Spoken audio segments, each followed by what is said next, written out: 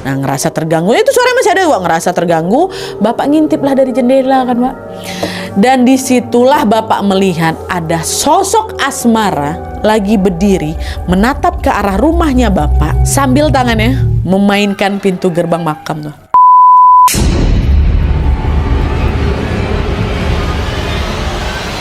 Oke, jadi kisah yang akan aku ceritakan ini adalah pengalaman horor yang dialami oleh Nenek Mimi dari Jawa Barat. Nah, kisah ini terjadi di tahun 1950-an waktu Nenek Mimi ini berusia 16 tahun.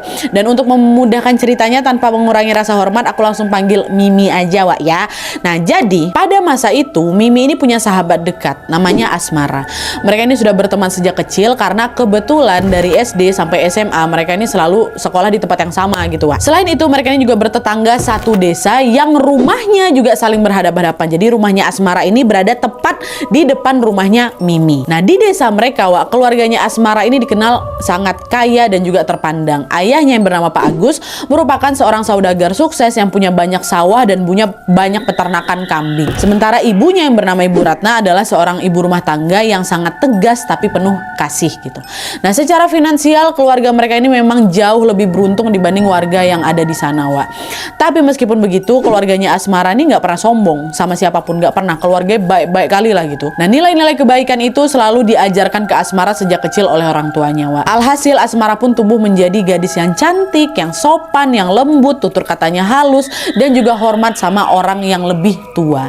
Asmara juga nggak pernah membantah perintah ayah ibunya Wak. Segala peraturan yang ditetapkan di rumah itu pasti akan ditaati dengan tertib sama si Asmara. Nah, sifatnya Asmara yang sangat baik hati ini membuat dia disukai sama banyak orang Wak.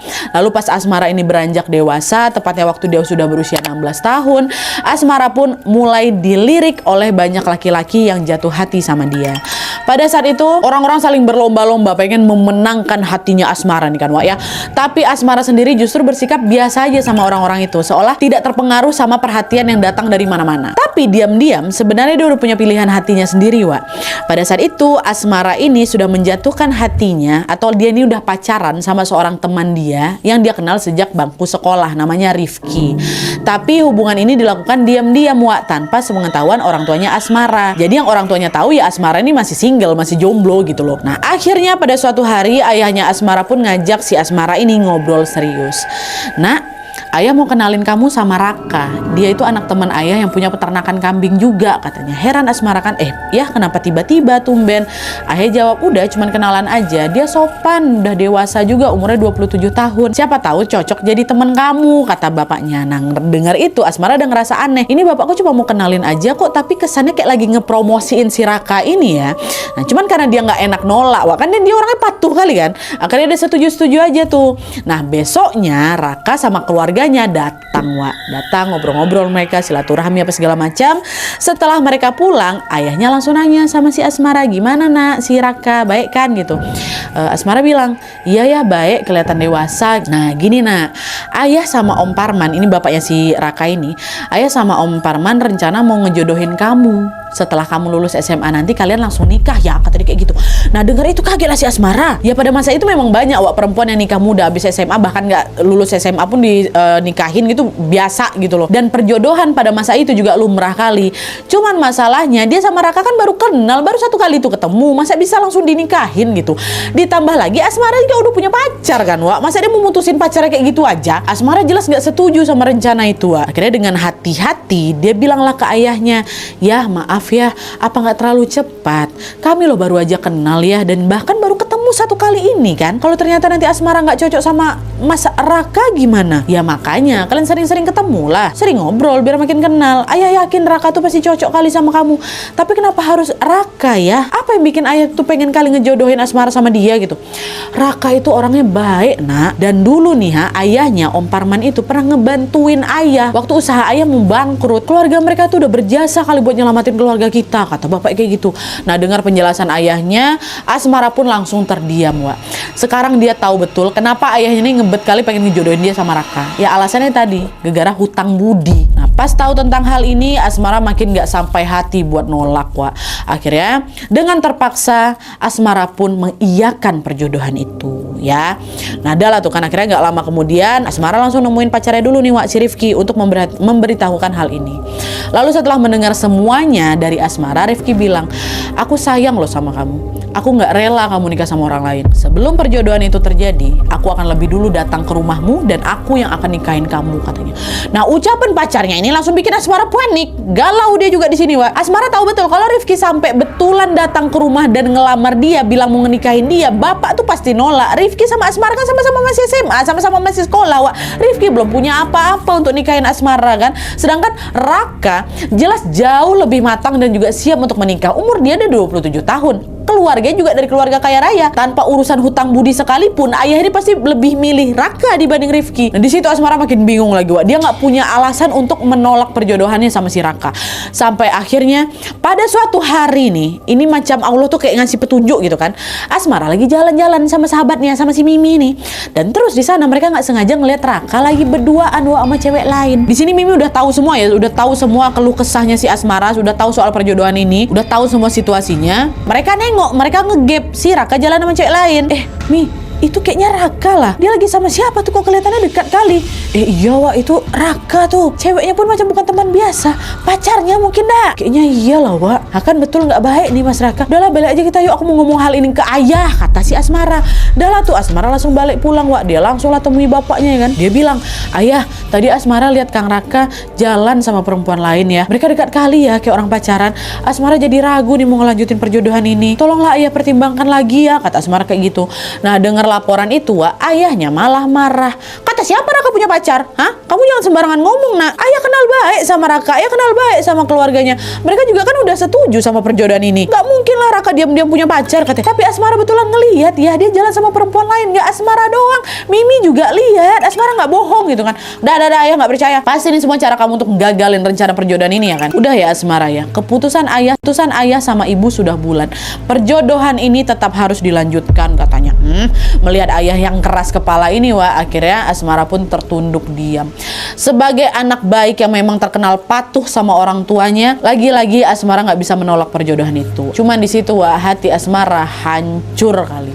Dia nggak bisa ngebayangin gimana rasanya dia nikah sama orang yang nggak dia cintai dan juga tidak mencintai dia. Apa aku bakal bahagia nanti? Apa iya rumah tanggaku ini bisa langgeng? Kepikiran dia, Wak, kacau lah gitu pokoknya dia. Nah, selama berhari-hari setelahnya, Wak, Asmara diduga terus kepikiran sama perjodohan dia sama Raka. Dia masih berharap semoga ada jalan untuk bisa keluar dari perjodohan yang tidak diharapkan ini, kan, yang tidak dia inginkan sama sekali. Tapi semakin Asmara memikirkannya, yang ada dia tuh malah ngerasa makin buntu gitu loh. Mimi yang jadi saksinya gimana dia galau kali soal ini, gimana terpuruknya si Asmara ini, Wak. Nah, di tengah kekalutan itu, ternyata Asmara nekat mengambil jalan pintas dengan menengguk botol racun serangga sampai habis. Bunuh diri dia. Dalam waktu singkat, Asmara langsung tergeletak di lantai kamarnya dan mulutnya terus-menerus mengeluarkan busa dan darah. Di momen itu nggak ada seorang pun yang tahu tentang aksi nekatnya Asmara, Wak. Dan karena nggak ada yang datang untuk nyelamatin dia, Asmara akhirnya meninggal dunia di saat itu juga. Barulah keesokan paginya, ayah sama ibu udah sibuk nih, Wak, dengan rutinitas masing-masing ya kan. Semua berjalan seperti biasa sampai akhirnya mereka ngeh, loh, kok Asmara belum keluar kamar? Semua pekerjaan rumah juga belum ada yang dikerjainnya nih. Gak biasa-biasanya dia bangun telat. Kenapa, dia sakit kah gitu kan? Ibunya pun nyusul lawak ke kamarnya. Dan pas pintu kamar terbuka, langsung menjerit histeris. Mama ikan Asmara udah tergeletak di lantai dengan mulut yang berbusa-busa tadi. Astagfirullah, anakku Asmara, ya cepat kesini ya, cepat Asmara gitu kan. Pas ayah nyusul ke kamar, dia ngeliat Asmara udah gak berjawa juga, ayah langsung ambruk ke tanah, Wak. Dia nangis sesenggukan di situ.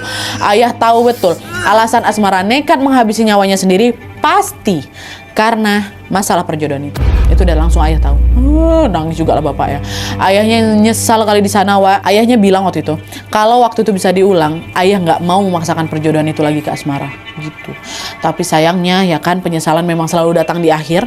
Dan yang bisa mereka lakukan saat itu hanyalah berusaha untuk mengikhlaskan kepergian Asmara dan menyiapkan peristirahatan dia yang terakhir. Di hari itu juga Asmara langsung dimakamkan di komplek pemakaman desa yang kebetulan, Wak, lokasinya ada di samping rumah mereka. mereka. Nah, Mimi nih sahabatnya juga hadir di acara pemakaman itu, dan sama seperti pelayar yang lain di situ Mimi juga ngerasa terpukul dengan kepergiannya Asmara yang secepat itu. Sahabat dekat, wah, macam mana?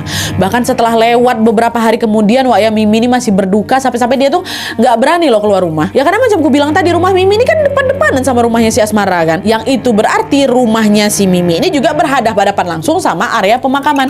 Dari teras rumah, wah, Mimi tuh bisa ngeliat gundukan tanah makamnya Asmara yang masih basah tuh, bisa kelihatan dari rumah. Dan selain itu Mimi ini juga sering ngeliat mamanya Asmara datang ke makam untuk ngelepas rindu dan ngobrol sama Asmara. Ibunya cuma ngomong sendirian aja, wah, dan itu dilihat oleh beberapa orang seolah-olah lagi ngobrol sama Asmara gitu loh. Semua pemandangan itu bikin nggak cuma Mimi tapi beberapa warga juga sedih ngeliat keluarga mereka ya kan. Sampai akhirnya beberapa hari kemudian, wah, suasana duka di desa mereka mulai berubah mencekam ketika para warga desa cerita kalau mereka diteror sama sosoknya Asmara. Jadi ceritanya pada suatu malam, wah, Mimi sama keluarganya udah pada tidur nih sama Mimi nih ya. Nah, bapaknya Mimi kebangun gegara dia dengar ada suara pintu besi yang dibuka tutup berkali-kali. Jadi macam pintu besi bekarat ini dibuka tutup ngek. Nah, kayak gitu tuh ha. Padahal gerbang rumahnya Mimi tuh sama rumah tetangga tuh nggak ada yang kebuat dari besi, wah. Ini suara dia dari mana gitu kata bapak kan. Nah, awalnya bapak pikir dia cuma salah dengar aja, wah. Sampai akhirnya bapak sadar kalau di sekitar rumah mereka ada gerbang besi. Ada. Dan gerbang itu, gerbang di mana? Gerbang pintu pemakaman yang ada dekat depan rumah mereka. Itu. Penasaran, siapa yang ngebuka tutup pintu makam malam-malam kayak gini? Nah, ngerasa terganggu. Itu suara masih ada, wah, ngerasa terganggu. Bapak ngintip lah dari jendela kan. Dan disitulah bapak melihat ada sosok Asmara lagi berdiri menatap ke arah rumahnya bapak sambil tangannya memainkan pintu gerbang makam. Apa nggak shock bapak nengok itu nih? Bapak tutup hordennya, bapak langsung lah masuk ke dalam kamar. Hah? Ada. Teror yang sama, wak, juga dialami beberapa tetangga. Nah, katanya pas tetangga mereka yang namanya Mas Dio ini lagi pulang malam setelah dia lembur kerja, Mas Dio ini juga ngelihat Asmara lagi berdiri di depan pintu gerbang makam juga, wak. Di situ Asmara kelihatan sedih kali, dia nangis gitu loh sambil ngomong, tolong saya. Kayak gitu, wak. Mas Dio nggak tahu lah dia mau minta tolong apa ya kan. Mas Dio langsung berlari ketakutan, ngibrit dia balik ke rumahnya, wak. Nah, nggak lama setelah kejadian Mas Dio, seorang penjual bakso yang sering keliling di desa mereka juga ngalamin teror yang sama, wak. Jadi semasa hidupnya dulu Asmara ini memang sering beli bakso si abang ini, dan kebetulan pada saat itu abang ini nggak tahu kalau Asmara udah meninggal, wak. Dia bukan warga kompleks sana kan. Sampai akhirnya pada suatu malam waktu dia lewat di depan rumahnya Asmara, dia tengok Asmara keluar mau beli baksonya. Terus pas si abang ini mau ngasih baksonya ke Asmara, di situ dia ngeliat wajahnya Asmara yang dia kenal cantik tiba-tiba berubah menyeramkan. Kulit wajahnya lebam-lebam hitam, wak. Tuh matanya tuh macam nggak berkelopak, lidahnya menjulur keluar, dan mulutnya mengeluarkan cairan hitam berbusa. Ya Allah. Aduh, kebayang lagi, astagfirullahaladzim. Kebirit-birit langsung ngomong bakso tuh. Dan kejadian yang berkaitan sama sosoknya Asmara ini, wak, masih terus terjadi sampai bertahun-tahun lamanya. Bahkan setelah Mimi dewasa, Mimi menikah, sosok Asmara itu masih menghantui warga mereka. Cuman makin kesini kemunculan memang nggak sesering dulu waktu si Mimi ini nikah ya. Apalagi setelah desa mereka makin padat penduduk, wak. Udah jarang tapi masih ada. Nah, adalah tuh ya. Fast forward kita ke masa sekarang, wak. Masa sekarang.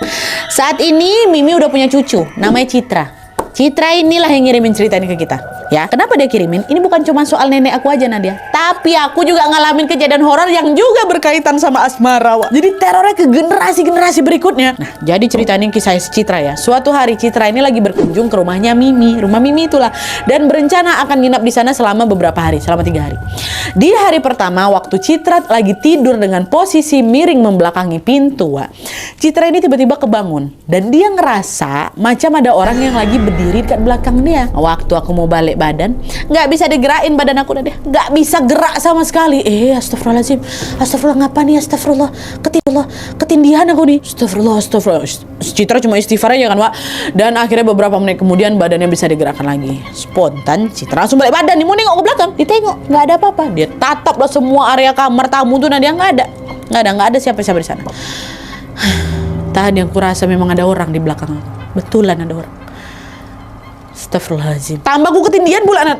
Udahlah, mungkin aku kecapean gitu. Dah, balik tidur lagi ya. Nah, waktu masuk di hari kedua, Hal yang sama kembali lagi. Citra tidur masih dengan posisi menyamping dan lagi-lagi dia ngerasa macam ada orang di belakang dia, Wak. Ya, waktu dia mau tengok badannya ketindihan lagi dan waktu badannya udah bisa digerakin, waktu nengok ke belakang udah nggak ada siapa-siapa. Kayak gitu. Sama persis kejadian sama kayak malam pertama Nadia. Cuman ya udah dia masih bersikap biasa aja, dia nggak menceritakan hal ini sama si Mimi. Nah, terus masuk di hari ketiga, gangguannya makin ekstrim. Aduh, aku belum apa-apa, aku udah merinding. Waktu itu Citra ketindihan lagi, Wak, ya. Nah, pas badannya tuh udah bisa digerakin lagi, dia mau balik badan lagi kan. Dia mau ngelihat itu si sosok ini ada lagi apa enggak. Paling nanti nggak ada. Cuman nggak. Di malam ketiga waktu dia ngebalik badan, di situ dia lihat sosoknya, Wak. Ada sosok perempuan, bajunya merah tapi lagi berdiri dekat pintu, Nat. Ya, kulitnya hitam, lidahnya menjulur keluar, Nadia. Kedua matanya nggak ada kelopak ya. Sama, dan mulutnya juga mengeluarkan cairan hitam berbusa, sama yang macam ditengok sama Kang Bakso waktu belasan tahun lalu tuh, Nak. Itu sama. Tolong, teriak dia, astagfirullahaladzim, nenek datanglah. Citra, kenapa, ada apa? Nenek, itu tadi ada hantu apa nih? Tenang dulu, ambil napas, coba ceritakan pelan-pelan sama nenek, ada apa? Setelah agak tenang barulah Citra ceritain semuanya kan. Dan setelah menyimak cerita itu, disinilah Mimi langsung, Asmara, sosok yang kamu lihat itu Asmara, katanya. Nah, di situ, Nat, waktu nenek aku ngomong kayak itu, aku belum tahu apa-apa nih soal si Asmara ini, belum. Barulah aku tanya, Asmara siapa, Nek? Kenapa? Siapa itu? Apa nih maksud nenek? Nah, gantian Mimi yang menceritakan kisah tentang Asmara yang tadi, Wak. Semua yang tadi ku ceritain itulah diceritain sama Mimi ke Citra pada saat itu. Dan baru di akhir cerita Mimi bilang, mungkin Asmara datang karena mau kenalan sama cucu nenek. Walaupun hidupnya sudah berhenti di usia 16 tahun, mungkin Asmara merasa kalau kamu itu juga cucunya. Besok kita ziarah ke makamnya Asmara ya, Nak, kata kayak gitu. Dah, itu malam tuh aku gak bisa tidur, Nadia. Tidur aku sama nenek aku. Keesokan harinya, Citra sama Mimi pun ziarah lawak ke makamnya Asmara depan rumah. Meski kematiannya Asmara ini sudah berlalu lama, sudah puluhan tahun yang lalu, Nadia, tetap saja Mimi gak bisa menyembunyikan perasaan sedihnya. Luka karena ditinggal oleh seorang sahabat masih terasa di hatinya Mimi, Wak. Waktu nyampe, nenek aku diusapnya lah nisannya Asmara, matanya udah berkaca-kaca. Nadia, di situ nenek aku bilang, Neng, aku datang ke sini, Neng, sama cucuku. Aku ajak dia ke sini supaya dia bisa kenal juga sama kamu. Boleh kalau kamu mau ngeliat cucuku, nggak apa-apa. Tapi tolong jangan pernah menampakkan dirimu seperti itu di depan dia lagi ya. Pulanglah kamu ke tempatmu, Neng. Istirahatlah kamu dengan tenang. Kalau di sana kamu merindukan aku, percayalah bahwa di sini aku juga kangen kok sama kamu. Doaku nggak pernah putus ke kamu, Neng. Semoga kelak kita bisa berjumpa lagi di keadaan yang lebih baik ya, Neng ya, gitu. Ih, kok sedih aku ya. Wah, di situ nenek aku juga nangis. Kayak gitu, astagfirullah. Sedih aku bagian sini ya. Ya, setelah itu kami balik ke rumah, Nadia. Nah, setelah mereka ziarah ke makamnya Asmara, Wak, sosok Asmara akhirnya berhenti meneror Citra. Tapi dari cerita yang beredar di kalangan warga desa di sana ya, katanya sosoknya Asmara ini masih sering muncul juga, Wak. Bahkan sepupunya Citra juga mengaku pernah ngelihat sosok Asmara lagi, cuman nggak di rumah, Wak. Lagi duduk dia, duduk ngeringkuk di samping makamnya sendiri sambil kayak gitu, ada suara nangisnya juga, astagfirullah. Dia lewat depan kan nengok ada sosok itu. Nah, menanggapi hal itu, Mimi cuman berpesan ke mereka untuk jangan lupa mendoakan Asmara, semoga dia tenang di alam sana gitu. Oke, Wak, jadi itu tadi cerita tentang sosok Asmara. Setiap kali dengar ceritanya sampai di part dimana sosok Asmara muncul dalam keadaan nangis sesenggukan kayak batu nisan yang terakhirnya, aku langsung aduh, makdeng itu loh, Wak. Ada beberapa kemungkinan kenapa dia bisa kayak gitu kan. Bisa jadi dia sedih karena teringat sama kisah hidupnya yang juga sedih, soalnya dia dipaksa dijodohin sama orang tua ke orang yang tidak dicintai. Atau bisa jadi juga dia ini nangis karena menyesali keputusannya untuk mengakhiri nyawanya sendiri. Secara tersirat, Wak, ya, kisah ini tuh ngasih pelajaran ke kita buat tidak menyerah sama keadaan. Seperti badai yang pasti berlalu, Wak. Segala masalah yang datang mengguncang hidup kita ini juga pasti akan berlalu juga. Percaya aja, Wak, mau mengguncang apapun jalannya, kita pasti akan sampai di ujung kok, itu pasti. Jadi jangan pernah ambil jalan pintas macam apa yang sudah dilakukan sama Asmara ini, Wak, ya. Sesusah-susahnya hidup, tenang saja, karena hidup tetap lebih bisa diperjuangkan. Sedangkan kalau udah terlanjur kalian mati, kita nggak bisa balik ke dunia lagi. Jadi tetap bertahan di sana, maafkan semua yang mungkin pernah melukai hati kalian, dan jangan lupa untuk ucapkan terima kasih ke diri kalian sendiri karena kalian sudah mantap bisa berjalan sampai sejauh ini. Wih, dalam kali ucapan aku. I love you. Yeah. Oke, Wak. Jadi sekian dulu videonya. Terima kasih banyak yang sudah menonton. Kalau kalian suka video ini, klik like-nya. Jangan lupa komen di bawah tidak ada dan see you next video, Wak. Bye.